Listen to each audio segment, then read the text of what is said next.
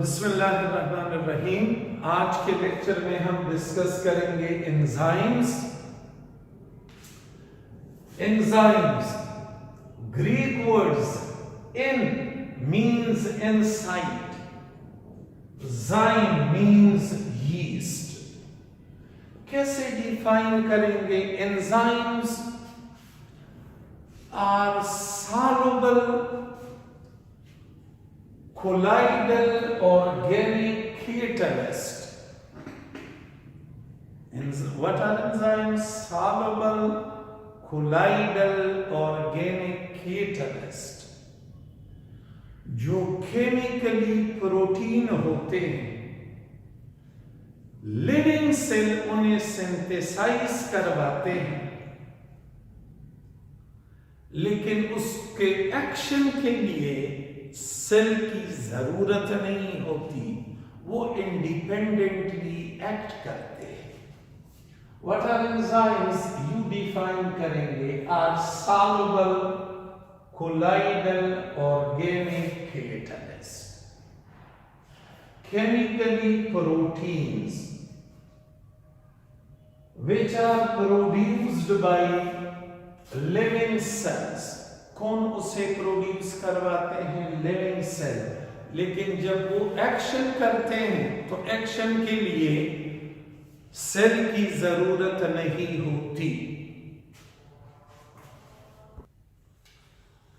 Explanation of enzymes.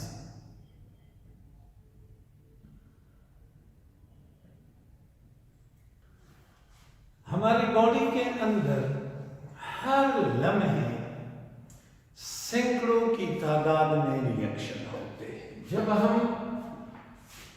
नवाला मुंह में डाल देते हैं, the food which we eat enters in our body, और इसके जो कंपोनेंट्स हैं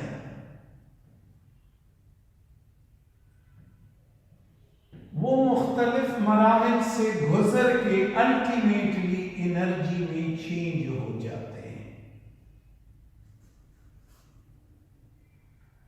ये एनर्जी हम यूटिलाइज करते हैं डेली रूटीन के काम करने के लिए। ये एनर्जी हमारी बॉडी में स्टोर होती है। इसी एनर्जी के थ्रू प्रोटोप्लाज्म बनता है, टिश्यूज बनते हैं।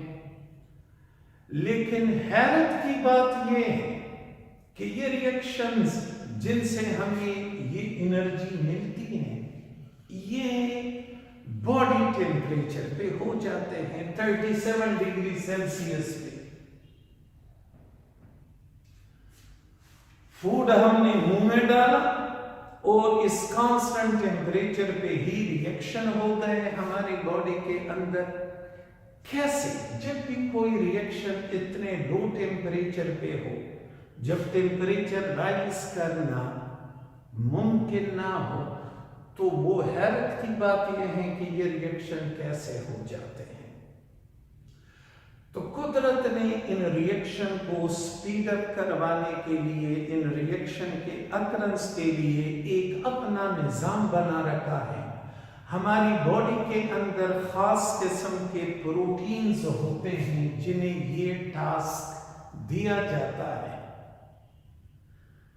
कि जो बायोकेमिकल रिएक्शन इस कांस्टेंट टेम्परेचर पे हो, उन रिएक्शन को स्पीड अप करवाना है।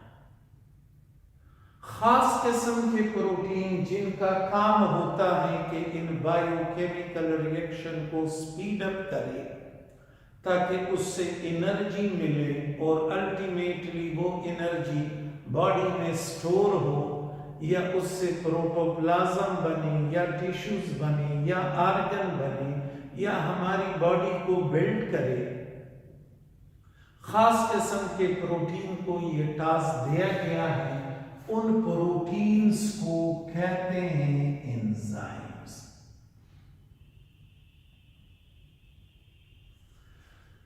एंजाइम्स को हम प्रोटीन क्यों कहते हैं? क्या वजह है? वजह ये है, मैंने प्रोटीन वाले लेक्चर में आपको बताया था कि अगर कोई मॉलिक्यूल प्रोटीन होने का दावा करे कि मैं प्रोटीन हूं, तो उसमें कुछ खूबियां होनी चाहिए। कौन सी खूबियां? वो मैक्रोमॉलिक्यूल होगा, यानी बड़ा मॉलिक्यूल होगा। कितना बड़ा? कोलाइडल साइज का।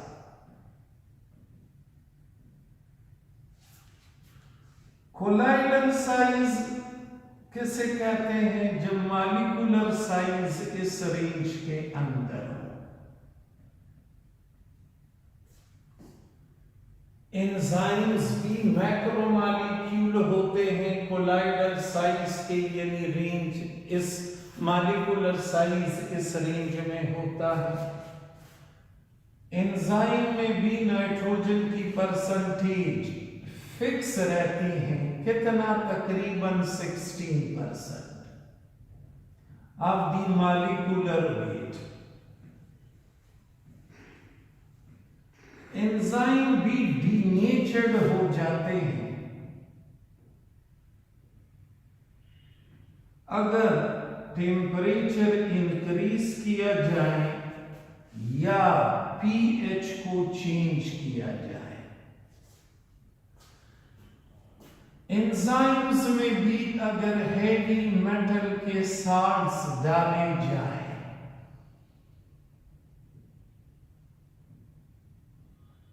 तो ये प्रेसिपिटेट हो जाते हैं। ये सारी प्रोटीन वाली खूबियां हैं और एंजाइम्स भी प्रोटीन वाली खूबियां शो करते हैं। तो एंजाइम्स केमिकली प्रोटीन हुए। लेकिन इन प्रोटीन को, प्रोटीन वाले लेक्चर में भी हमने पढ़ा था कि बॉडी में प्रोटीन का कोई एक काम नहीं होता, प्रोटीन के ढेर सारे काम हैं। इन खास प्रोटीन्स को, जिनको हम एंजाइम्स कहते हैं, इनको क्या काम नेचर ने दिया है, कुदरत ने इसे कौन सा काम दिया है? बायोकेमिकल रिएक्शंस को स्पीड अप करवाना।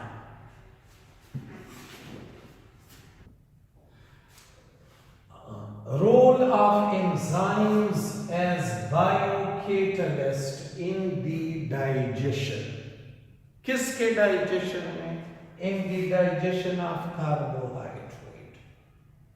कार्बोहाइड्रेट जब हम मुंह में डालें और उसे चबाएं, यानी स्टार्च रोटी हम मुंह में डालें और उसे चबाएं, तो उसके साथ स्लाइवा मिक्स हो जाता है।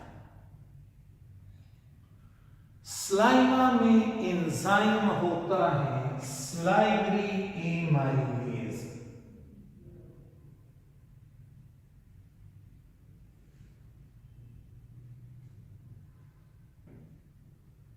जिसे थाइलीन भी कहते हैं।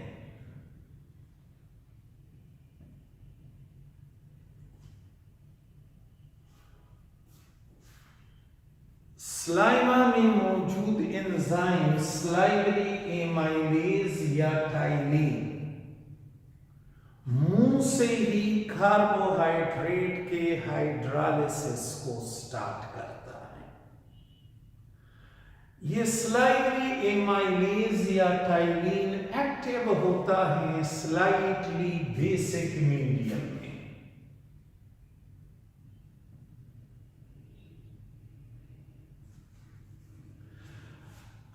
तो मुंह से जब नवाला स्टमक में पहुंचता है तो स्टमक का पीएच हाईली एसिडिक होता है ड्यू टू पेप्सिन। स्टमक में एमाइलेज या थाइलीन का एक्शन रुक जाता है due to its acidic pH. Stomach से फिर फूड इंजेस्टेड कार्बोहाइड्रेट इंटेस्टाइन में पहुंच जाता है। इंटेस्टाइन में होता है pancreatic juice.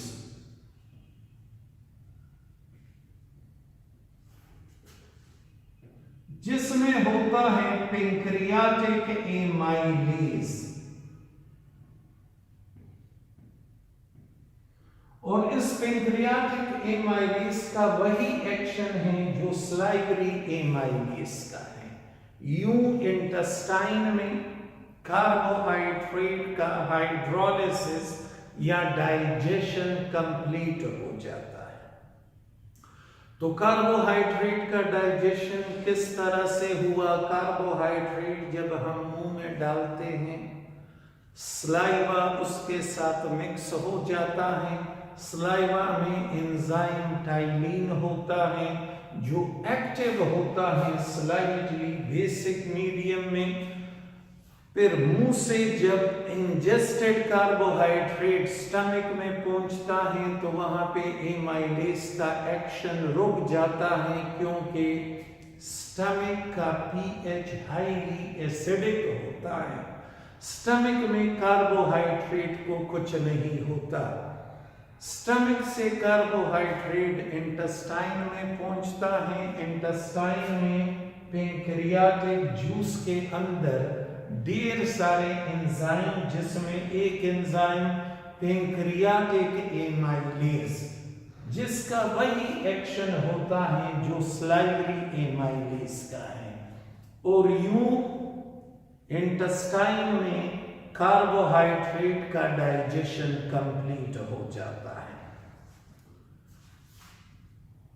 Role in the digestion of lipid.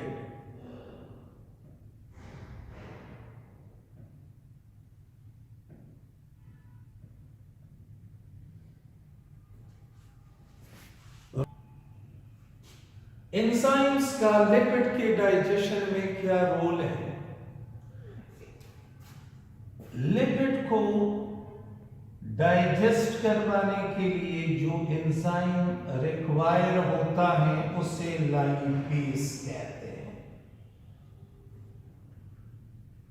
Saliva में लाइपेज मौजूद नहीं होता, यानी ऑलमोस्ट लिपिड की डाइजेशन मुंह में जीरो होती है। मुंह में लिपिड की डाइजेशन नहीं होती। जब लिपिड मुंह से स्टमक तक पहुंचता है तो उसके साथ इब्नर लाइपेज,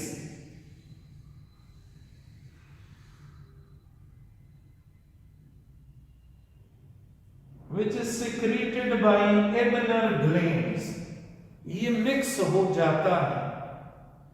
और गैस्ट्रिक जूस के अंदर भी लाइपेज होता है। तो एबनर लाइपेज और gastric lipase, lipase present in gastric juice,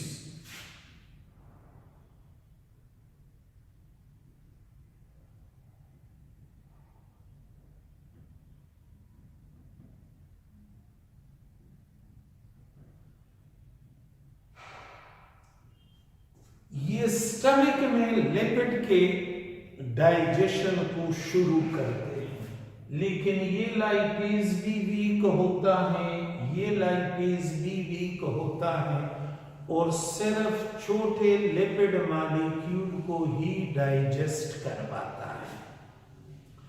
इब्नर lipase और गैस्ट्रिक जूस का लाइपेज स्टमक के अंदर तकरीबन 20 to 30% छोटे लिपिड्स को डाइजेस्ट करवाते हैं और स्टमक से फिर लिपिड पहुंच जाता है इंटेस्टाइन में। इंटेस्टाइन में पेंक्रियाटिक जूस के अंदर पेंक्रियाटिक लाइपेज होता है।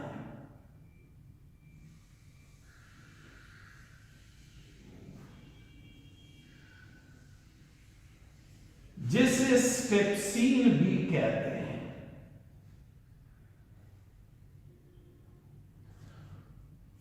और ये इंजेस्टेड लिपिड को पूरा का पूरा डाइजेस्ट करता है, यानी लिपिड की स्लाइड डाइजेशन स्टमक में हो गई। किसने की? इब्नर लाइपेज ने, इब्नर लाइपेज कहां से आया? इब्नर ग्लैंड ने सिक्रीट किया, गैस्ट्रिक लाइपेज ने, और फिर वहां से पार्शियली डाइजेस्टेड लिपिड इंटेस्टाइन में पहुंचा। इंटेस्टाइन में मौजूद इब्नर लाइपेज गैस्ट्रिक पैंक्रियाटिक लाइपेज जिसे स्टेप्सिन भी कहते हैं, उसने लिपिड के डाइजेशन को कंप्लीट किया। प्रोटीन के डाइजेशन में क्या रोल है? प्रोटीन्स के डाइजेशन में एंजाइम का क्या रोल है? तो प्रोटीन को डाइजेस्ट करने के लिए ढेर सारे एंजाइम्स चाहिए। प्रोटीन को डाइजेस्ट करने वाला कोई भी एंजाइम सलाइवा में मौजूद नहीं होता। आप प्रोटीन को मुंह में डालें और उसको 1 साल तक चबाते जाएं, nothing will happen to protein, क्योंकि सलाइवा में प्रोटीन को डाइजेस्ट करने वाला कोई एंजाइम नहीं होता। जब इंजेस्टेड प्रोटीन मुंह से स्टमक तक पहुंचता है तो स्टमक में पहला एंजाइम पेप्सिन है जो कि प्रोटीन को डाइजेस्ट करवाता है, और ये एक्टिव होता है हाईली एसिडिक मीडियम में। 1 to 2 के रेंज में इसकी एक्टिविटी होती है। फिर स्टमक से जब प्रोटीन पहुंचता है कहां पे? इंटेस्टाइन में। तो इंटेस्टाइन में पैंक्रियाटिक जूस के अंदर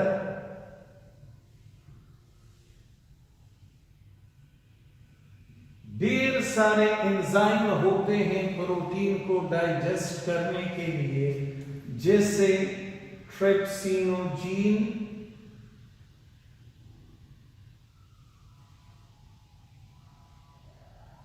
और भी ढेर सारे। लेकिन मजे की बात यह है कि ये एंजाइम इनएक्टिव फॉर्म में होते हैं, और इन एंजाइम्स को एक्टिवेट करने के लिए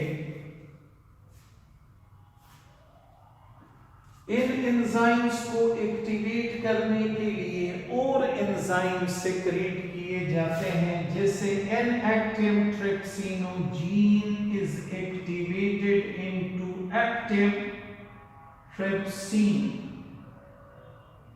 बाय एंजाइम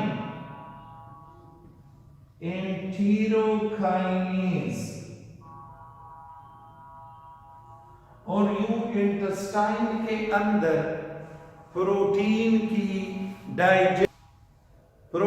की डाइजेशन कंप्लीट हो जाती है। तो प्रोटीन का डाइजेशन कहां से शुरू हुआ? मुंह में कुछ नहीं हुआ, प्रोटीन को स्टमक से शुरू हुआ। किसने स्टार्ट किया? पेप्सिन ने, और इंटेस्टाइन में कंप्लीट हुआ। Factors affecting enzymes activity. कौन से फैक्टर एंजाइम की एक्टिविटी पे असरअंदाज होते हैं?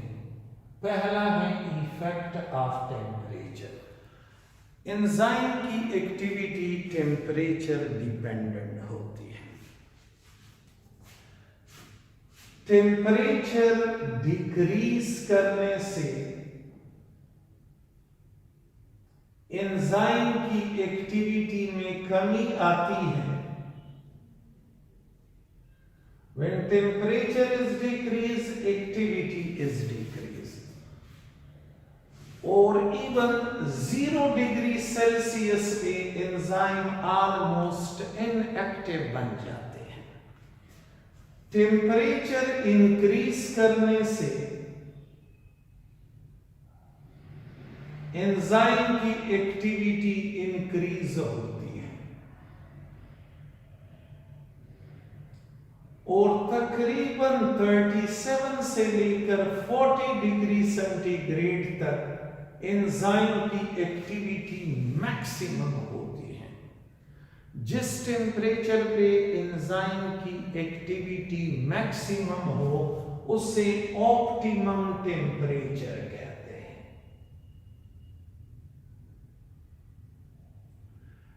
लेकिन ये थ्रेशोल्ड रेंज है। जब आप टेम्परेचर यहां से बढ़ाओगे तो फिर एंजाइम की एक्टिविटी में कमी आती है, और जब आप मुसलसल टेम्परेचर इंक्रीज करोगे तो एंजाइम डिस्ट्रॉय हो जाएंगे। यहां पे मैंने कहा 0 डिग्री सेंटीग्रेड पे एंजाइम की एक्टिविटी ऑलमोस्ट 0 बन जाती है, लेकिन एंजाइम डिस्ट्रॉय नहीं होता। लेकिन जब आप टेम्परेचर इस रेंज से इंक्रीज करोगे तो एंजाइम की एक्टिविटी भी 0 और एंजाइम में केमिकल चेंजेस आएंगे, एंजाइम डिस्ट्रॉय हो जाएगा। तो ये जो टेम्परेचर रेंज है, इस टेम्परेचर रेंज को कहोगे ऑप्टिमम टेम्परेचर। ऑप्टिमम टेम्परेचर वो टेम्परेचर होता है जिस पे एंजाइम की एक्टिविटी मैक्सिमम होती है, और इसका ग्राफिक रिप्रेजेंटेशन हम यूं करेंगे। अगर हम एक्टिविटी को प्लॉट करें वर्सेस टेम्परेचर, तो जो ग्राफ आएगा वो ग्राफ इस शक्ल का होगा। ये तकरीबन 37 डिग्री सेंटीग्रेड से लेकर